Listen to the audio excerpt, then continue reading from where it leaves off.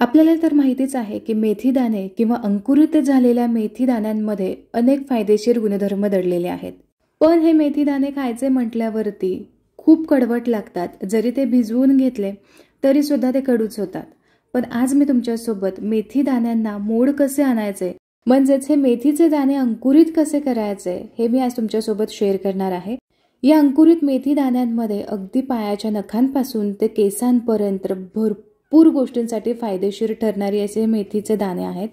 या अंकुरित मेथी दाण्यांमध्ये भरपूर प्रमाणामध्ये फायबर, व्हिटॅमिन ए आणि कॅल्शियमचे प्रमाण असल्यामुळे हे शरीराला खूप लाभदायी ठरते. आता या अंकुरित मेथी दाण्यांचेच भाजी कशी बनवायची, म्हणजे आपण अगदी रोजच्या आहारात सुद्धाही वापरू शकतो, हे सुद्धा आपण आज पाहणार आहोत. मेथी दाणे अंकुरित करण्यासाठी किंवा मोड येण्यासाठी इथे मी अर्धी वाटी भरून मेथीचे दाणे घेतलेले आहेत. मेथीचे दाणे घेत असताना थोडेसे गावरान असे बघून घ्यायचे.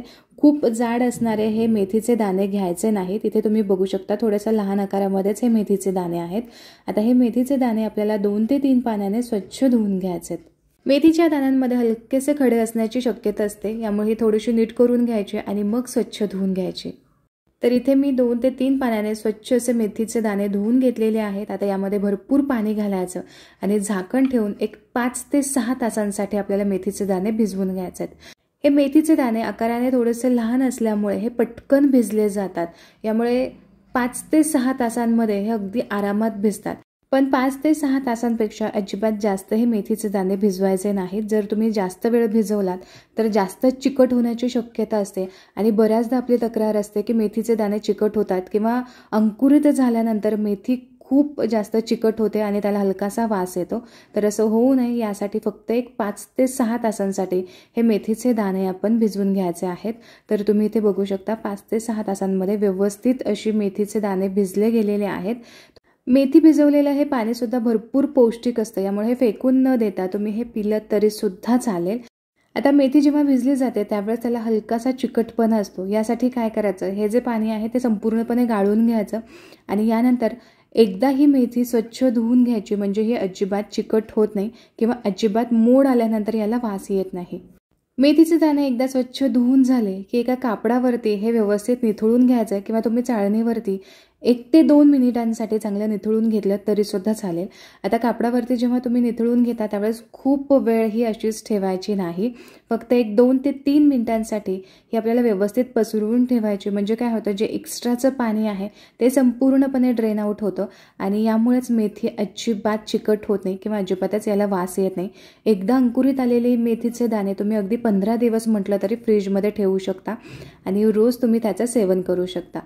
तर हे बघा 1-2 मिनिटांमध्येच अगदी व्यवस्थित यामधलं जे एक्स्ट्राचं पाणी आहे ते कापडाने पूर्णपणे शोषून घेतलेलं आहे आणि आता हे हलकीशी कोरडी झाली आहे. अगदीच आपल्याला कोरडी करून घ्यायची नाही, यासाठीच मी सांगितलं की 2 मिनिटांसाठीच फक्त या कापडावरती आपल्याला अंथरून ठेवायचं आहे, म्हणजे एक्स्ट्राचं जे पाणी आहे ते निथळून जातं.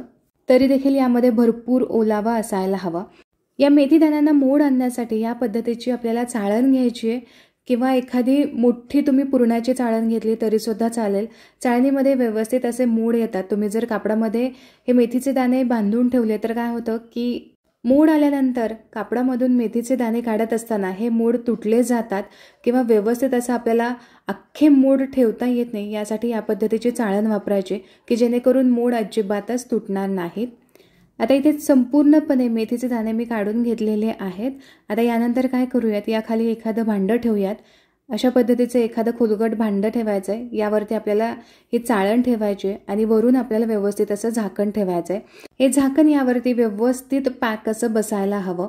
आता सध्या थंडी आहे किंवा पावसाळा असेल तर यावेळेस काय करायचं, याखाली एखादं असं नॅपकिन, वरून सुद्धा एखादं नॅपकिन किंवा एखादं कॉटनचं कापड तुम्ही अंथरू शकता की ज्याच्यामुळे याला उबदार असं वातावरण मिळेल आणि यामुळेच पटकन मोड यायला मदत होईल. आणि एखाद्या उबदार ठिकाणी हे आपल्याला ठेवून द्यायचं आहे, म्हणजे अगदी 24 तासामध्ये व्यवस्थित असे मोड आले जातात.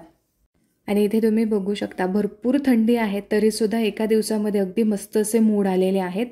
कोणत्याही कडधान्यांना किंवा असे मेथीच्या दाण्यांना खूप मोठे मोठे असे मोड येऊ द्यायचे नाहीत.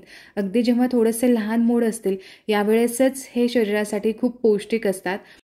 अगदी परफेक्ट असे या चाळणीमध्ये मोड आलेले आहेत. कापडामध्ये जेव्हा तुम्ही मोड आणता त्यावेळेस यामधून बाहेर काढणं थोडंसं अवघड होतं आणि बाहेर काढत असतानाच हे मोड तुटले जातात. पण चाळणीमध्ये जर तुम्ही असे मोड आणलेत, कुठल्याही कडधान्यांना मोड आणलेत, तर ते अजिबात तुटले जात नाहीत. आहे असे तुम्ही हे अगदी सहज बाहेर काढून घेऊ शकता. तर हे बघा, अगदी व्यवस्थित असे हे मला काढता येत आहेत. कुठेही हे मोड तुटत नाही आहेत. फक्त मेथी दाणेच नाही तर इतर जे कडधान्य असतात त्यांनासुद्धा तुम्ही अशा पद्धतीने चाळण वापरू शकता. तर हे बघा, मस्त मेथीला मोड आलेले आहेत. आता हे तुम्ही असेच 15 दिवसांसाठी सुद्धा स्टोअर करून ठेवू शकता आणि हवं तेव्हा तुम्ही हे वापरू शकता. आता या मेथीच्या दाण्यांची, मोड आलेल्या मेथी दाण्यांचे भाजी कशी बनवायची ते बघूयात. मेथी दाणे तुम्ही असेच खाल्ले तर ते खूप कडू लागतात, पण मोड आल्यानंतर अजिबातच हे कडवट लागत नाही.